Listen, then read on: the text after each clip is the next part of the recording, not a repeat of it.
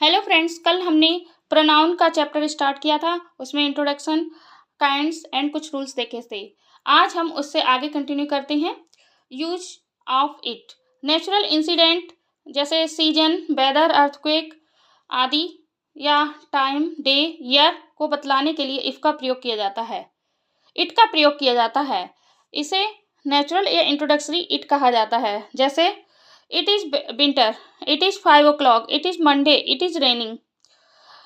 Winter, weather, clock, time, Monday, day, raining, natural incident. So इसमें it का प्रयोग किया गया है। किसी लाइफलेस वस्तु के लिए इट का प्रयोग किया जाता है। It is a pen, it is a chair. Pen and chair lifeless वस्तु है, सो इट का यूज किया गया है। छोटे छोटे जानवर अथवा कीड़े मकोड़े के लिए इट का प्रयोग किया जाता है। जैसे it is a dog, it is an ant. Dog and ant छोटे जानवर और कीड़े मकोड़े में आते हैं। It is clear. किसी नाउन या प्रोनाउन पर जोर एम्फेसाइज देने के लिए इट का प्रयोग किया जाता है। It is a Sinky who help him last night. Then Sinky पर एम्फेसाइज किया जा रहा है। It is I who have taught you. It is the director that we want to see. So यहाँ पे इट का प्रयोग किया गया है। छोटे बच्चे, स्मॉल चिल्ड्रन, बेबीज के लिए जिनके लिंग का जानकारी ना हो, जिससे ये पता ना चले कि ये बॉय है या गर्ल है, इट्स मीन कॉमन नाउन।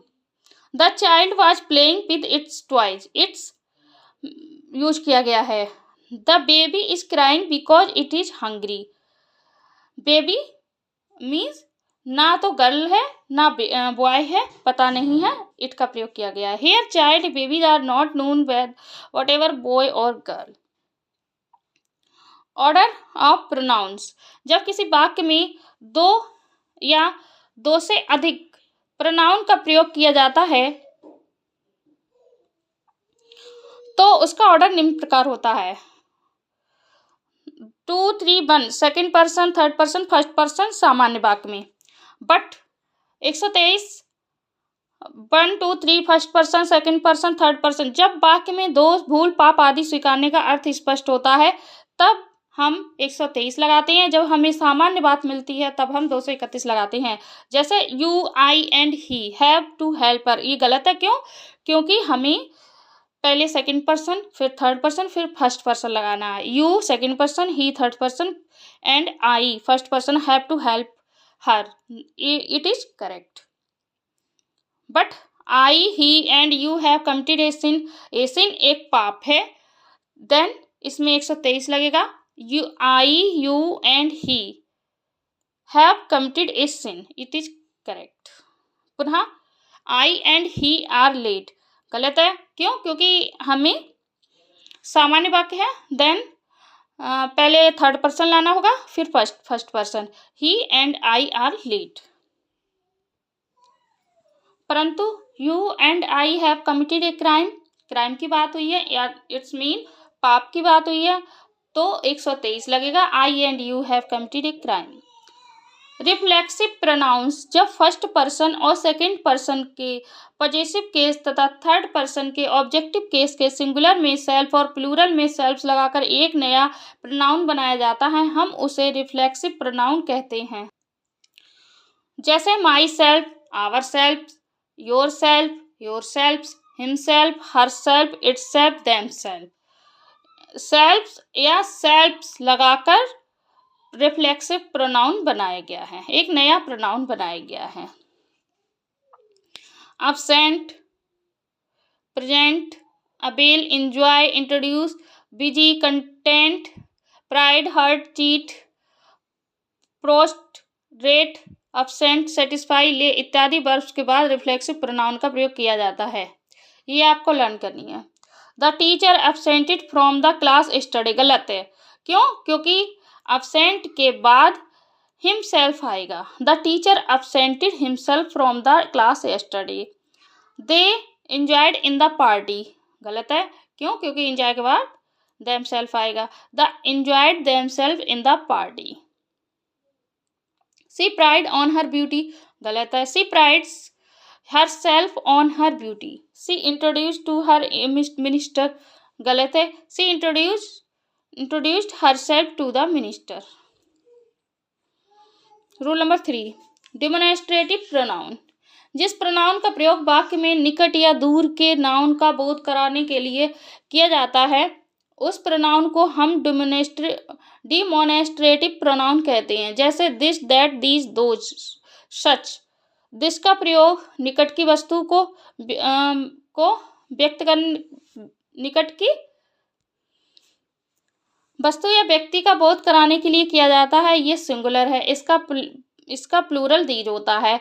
देखिए, दिस इज ए पेन,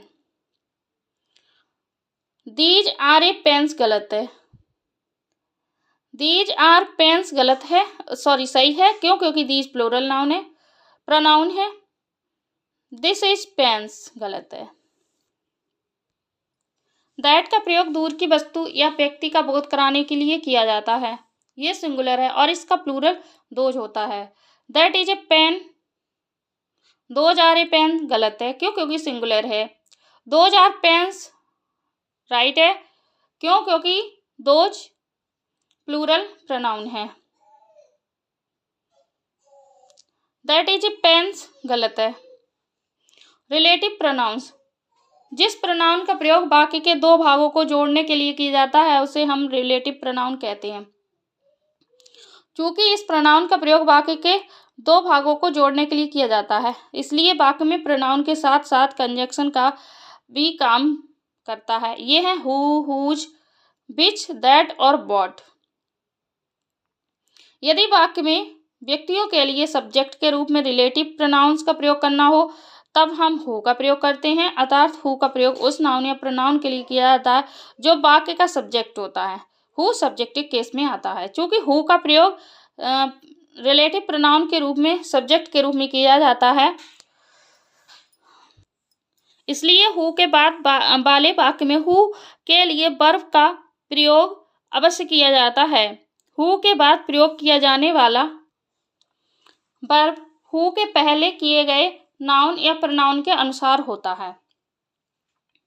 अर्थात यदि हु के पहले प्रयोग किया जाने वाला नाउन या प्रोनाउन सिंगुलर है तब हम हु के बाद सिंगुलर वर्ब का प्रयोग करते हैं और यदि नाउन या प्रोनाउन प्लूरल है तब हम हु के बाद प्लूरल वर्ब रखते हैं। देखें, आई do not like the boy. Boy singular noun है। हु हैज डन इट, इस नाउन के अनुसार ही उसकी वर्ब रखी गई है। हु सिंगुलर नाउन है तो सिंगुलर वर्ब रखी गई है। I do not like those boys who have done it. Boys plural noun है, देन हैव प्लूरल वर्ब रखी गई है। यदि वाक्य में व्यक्तियों के लिए कर्म ऑब्जेक्ट के रूप में रिलेटिव प्रोनाउन का प्रयोग करना हो तब हम whom का प्रयोग करते हैं। अर्थात whom का प्रयोग उस नाउन या प्रोनाउन के लिए किया जाता है जो वाक्य का ऑब्जेक्ट होता है। देखिए, whom ऑब्जेक्टिव रूप में आता है। This is the boy whom I saw in the market। Boy ये वही लड़का है जिसको मैंने मार्केट में देखा था। whom ऑब्जेक्टिव केस में आ रहा है। The student whom I met today was Sanjay's son। The student who came here was Sanjay's son। यदि वाक्य में निर्जीव वस्तुओं के लिए रिलेटिव प्रोनाउन प्रयोग करना है तब हम विच का प्रयोग करते हैं। दैट और बॉट का प्रयोग सजीव और निर्जीव दोनों के लिए किया जाता है। दैट और बॉट का प्रयोग सजीव और निर्जीव दोनों के लिए किया जाता है, परंतु इनके प्रयोग में अंतर है। दैट का प्रयोग हम मुख्य रूप से जानवरों के लिए करते हैं जबकि वॉट का प्रयोग भाववाचक संज्ञाओं के लिए करते हैं। This is the cow that I bought. That का प्रयोग जानवर के लिए, काउ एक जानवर है। I do not understand what you से। अंडरस्टैंड भाववाचक संज्ञा है। It is clear that and what. That जानवरों के लिए, वॉट भाववाचक संज्ञाओं के लिए इनका प्रयोग किया जाता है। इसके आगे हम कल करेंगे।